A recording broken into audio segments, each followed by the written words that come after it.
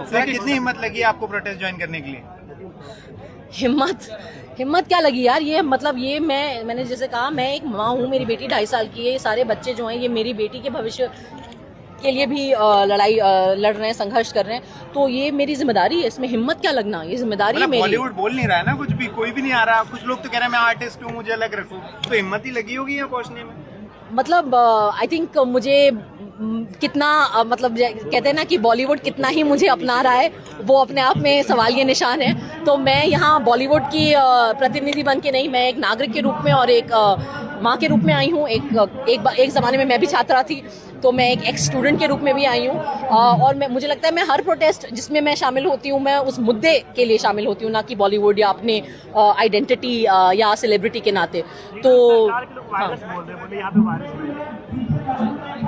यार जो खुद बीमार हो ना, वो उनको हर जगह वायरस ही दिखता है, ठीक है ना। ये इस सरकार का एक चलन रहा है कि हर जन आंदोलन को वो कुछ ना कुछ गंदा नाम देते हैं। CNRC में उन्होंने 10 गालियां दी, एंटी नेशनल, आतंकवादी, ये वो, इतने निर्लज हैं कि खुद ही एक बुर्का में डाल के एक लड़की को घुसा दिया वहां पाकिस्तान जिंदाबाद कहने के लिए, फिर किसी ने उसे पकड़ के भगा दिया। जो किसान आंदोलन था उन्हें खालिस्तानी बोल रहे थे, अब इनको वायरस कह रहे हैं। तो ये इससे ज्यादा जनविरोधी सरकार इस देश के इतिहास में कभी नहीं हुई है।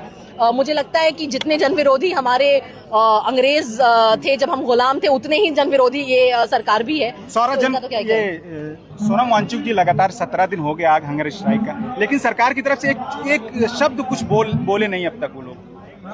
मैं वही तो आपको कह रही हूँ कि अगर जो एंटायर पॉलिटिकल साइंस के हमारे एक बहुत महान छात्र हैं जो रहे थे, जब रहे होंगे, उनके अंदर लिटिल इंसानियत भी होती तो आज ये हशर नहीं होता। ये शर्म की बात है कि सोनम वांगचुक जैसे एक जिम्मेदार नागरिक इस देश के, एक अवार्ड विनिंग एक्टिविस्ट, एक अच्छे आदमी जो अपनी निजी लड़ाई नहीं लड़ रहे, इनके तो बच्चे भी नहीं है शायद, ये तो मतलब ये इस देश के बच्चों की लड़ाई, के भविष्य की लड़ाई लड़ रहे हैं। आज उनका स्वास्थ्य जो है वो ऐसे मतलब क्रिटिकल हालत में है, वो 16वें दिन हंगर स्ट्राइक पर बैठे हैं, और इस सरकार में किसी को इतनी शर्म नहीं है कि जो जायज मांग है इनकी बिल्कुल, और कि एक नालायक निकम्मे मिनिस्टर को हटाइए जिनके रूल में इतना बड़ा कांड हो गया, और जो 2-2.5 साल से चल रहा है। ये अभी ये थोड़ी ना पहले से प्रोटेस्ट, 2024 से नीट का प्रोटेस्ट चल रहा है, राइट।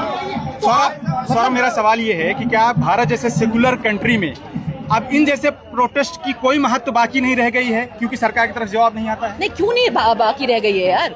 सरकार जवाब नहीं दे रही, क्योंकि ये सरकार जो है अहंकारी सरकार है और ये कायर सरकार है। लेकिन ये जो मिनिस्टर हैं ये जाने वाले हैं, बस ये इसको टाइम ऐसे करेंगे कि इनको क्रेडिट ना मिल जाए। हाँ। तो इनकी टाइमिंग ये ऐसे करेंगे। 20 जुलाई जो मार्च ज्वाइन करेंगे, मैं कोशिश करूंगी। मैं बॉम्बे जा रही हूँ वापस, शूट है मेरा एक, कभी बॉलीवुड का भी थोड़ा मैं नाता मेंटेन। लेकिन वो बॉलीवुड वाले जो हर मुद्दे पर पिछली सरकारों में लगातार बोलते थे कि नहीं एक मुद्दे पर बात नहीं कर रहे हैं 2014 के बाद से। जाइए ना, पूछिए उनसे। उनके जो फिल्म प्रमोशंस में आप लोग कवरेज करने के लिए पहुंच जाते हैं, ये सब भी पूछा करिए उनसे।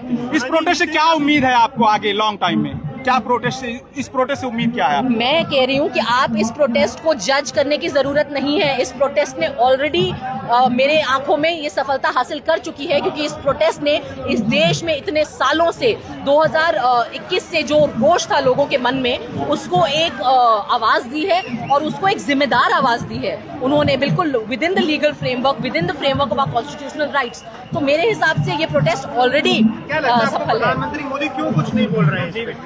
एक बोल सकते हैं, आप बोल सकते हैं, बोल के चलेंगे। आप तो बुलवा नितिन नवीन कह रहे हैं कि अगर हमारे कार्य करना चाहे तो इनका इलाज कर सकते हैं। नितिन गडकरी सदस्य हैं, आपस में अपना इलाज कर ले भाई ये लोग। हम जनता जो है वो सफर कर रही है आप लोगों के अपने। बहुत शुक्रिया आपका सारा।